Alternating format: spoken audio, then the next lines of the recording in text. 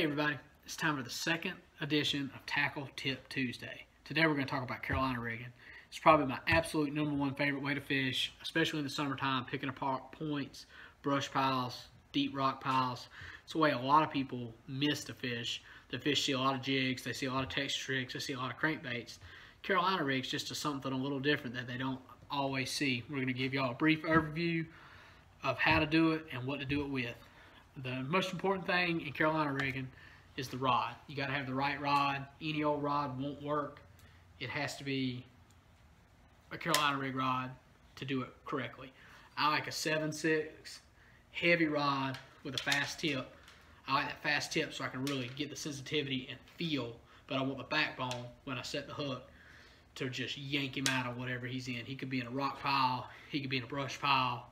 I want to be able to get him up and get him out of there. A mistake a lot of people make is when they set the hook on a Carolina rig, they set the hook up. That's a bad idea because you're picking that weight up off the bottom before the hook ever gets a chance to hook in the fish's mouth.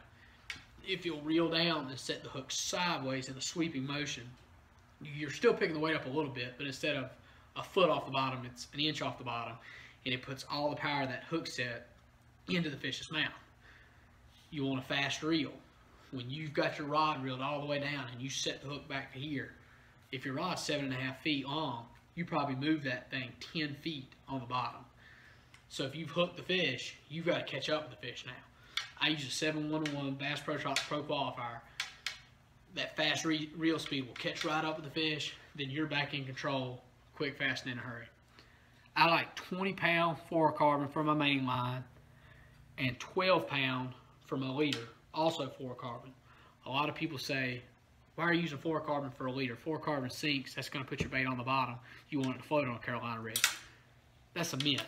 9 times out of 10 on a Carolina rig, the bait you're throwing is not floating. It's not a floating bait, so it's going to drag on the bottom. And I like the extra sensitivity that fluorocarbon is going to give me in the leader. I'm willing to give up any amount of float that I might get out of my worm for that extra sensitivity because I want to feel it when I've got a bite because it has to transfer through the leader, through a barrel swivel, through a piece of glass, through a weight, all the way up my pole, and I just want that extra sensitivity. I like to throw a 1/2 ounce weight with a plastic bead, just a regular barrel swivel, and about a 2-foot leader. I do go longer occasionally, not often. I do go shorter sometimes, but usually about 2 foot's what I like. And the baits I use range from really any kind of soft plastic. I love to throw a baby brush hog, a big brush hog if I'm looking for a bigger bite. Monster worms, big long worms and lizards in the summertime when it gets hot, looking for those big bites. And people have the myth that a lot of times big fish won't hit a Carolina rig. That is not true. I have caught multiple 7-8 pounders on a Carolina rig. It's great for getting that one more bite when you need it in a tournament. I use it a lot, especially July and August when it gets hot. You know, a lot of times I'll search with a crankbait, and after I've caught a few on a crankbait, I'll switch back to the Carolina rig and pick up 1 or 2 more bites that I would have missed. I hope this helped you guys. Tune in next week for another edition of Tackle Tip Tuesday, and subscribe. Appreciate it. Thank you. Bye.